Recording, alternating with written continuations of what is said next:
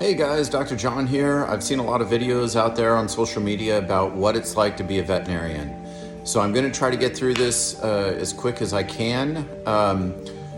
This is going to be some sensitive material, so if you're a sensitive person, do not watch this video. So first of all, you need to get a doctorate of veterinary medicine. Getting into vet school is extremely difficult. They want you to have a 4.0, 3 to 4 letters of recommendation from different veterinarians from different clinics saying you're Jesus Christ, you walk on water. They also want you to have a lot of different experiences, from research to lab animal, general practice, exotics, all sorts of stuff. The average amount of hours of paid vet tech experience for people applying when I applied was 3,000 to 4,000 hours. So it's very difficult. I ended up getting an associate's, a master's, a bachelor's, a master's, and then my doctorate of veterinary medicine. Most schools like to see you go to a different college than what you did your undergrad in for diversity of experience. So anyhow, very difficult. Vet school's triple full-time. The one I went to, they also had surgery lab I got no credit for. So once a week, I was doing a spay or neuter, starting the second semester of my first year of vet school, to try to get us lots of experience in doing surgery. Upon graduation, you're gonna have student loans that you gotta pay off. Most vet students, that's gonna be in the 186,000 average. I can tell you have a lot more than that. I went to one of the cheapest vet schools in the country, Mississippi State. In-state tuition when I went, I think was 24. They upped it to 28. And then I also I'm a disabled veteran, so I got veteran status as a in-state, not out-of-state student. When I graduated, you have to start performing and doing surgeries.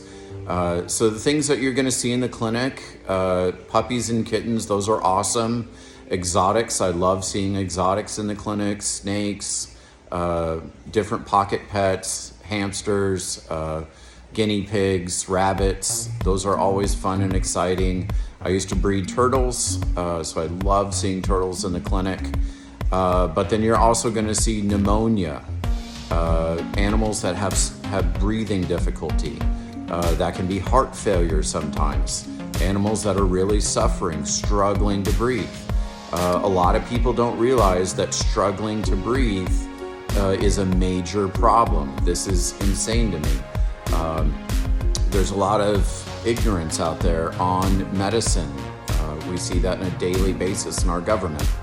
Other things you might see, cancer, animals that have been suffering from cancer. People don't realize a mass in a dog is a tumor. That's cancer. It's always going to be that unless it's an abscess or something like that, which is awesome. I always like finding something and they think it's cancer and then it turns out to be an abscess. Everybody's happy. That's not always the case. So bloody diarrhea, animals that are fed human food, they switch foods.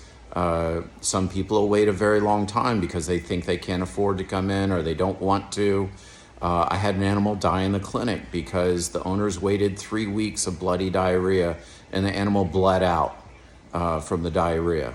So you're gonna see a lot of animal neglect and suffering. We have to do euthanasias when animals are suffering too much. One time I had an animal that had cancer. The owner said it hadn't eaten in 2 weeks. The animal was literally falling apart. The euthanasia was very difficult. I have a thought process that the blood chemistry, the pKa of the drugs is gonna change because the chemistry of the blood changes when you're in ketosis. You haven't eaten in 2 weeks. The drugs don't work quite right. The blood vessels are falling apart. And animals suffer.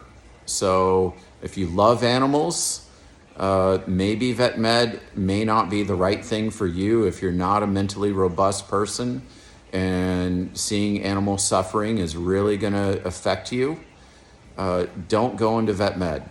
I love animals. I did not realize how much animal suffering I would see, and how just people don't care. Some people, they refuse pain meds. They refuse to euthanize when an animal's suffering. It gets really hard. There's a lot of suicide in veterinary medicine. I imagine a lot of people, they get this very expensive degree that costs $300,000 or more. They have student loans to pay, and they are trapped seeing animal suffering. So if you can't handle that, don't go into veterinary medicine. There's a lot of people that are ignorant about medicine and ignorant about animal care. I really wish everyone would educate themselves as much as possible. Don't get me wrong, I have some wonderful clients. I have some wonderful owners. I also see owners that are not wonderful. I really, really appreciate the people that do the best they can with the budget they have. I'm always willing to work with people on money. But that's what it's like to be a veterinarian. So you're going to see puppies, kittens, exotics, but you're also going to see animal neglect, animal suffering, cancer, bloody diarrhea, pneumonia. So just be aware of that. If you can handle helping animals in every possible situation the best you can, go into veterinary medicine. If you don't think that's for you, maybe a pet store or grooming or some other industry in animal care would be better for you. All right, guys, sorry this is a long video, but there's a lot to cover. Have a great day.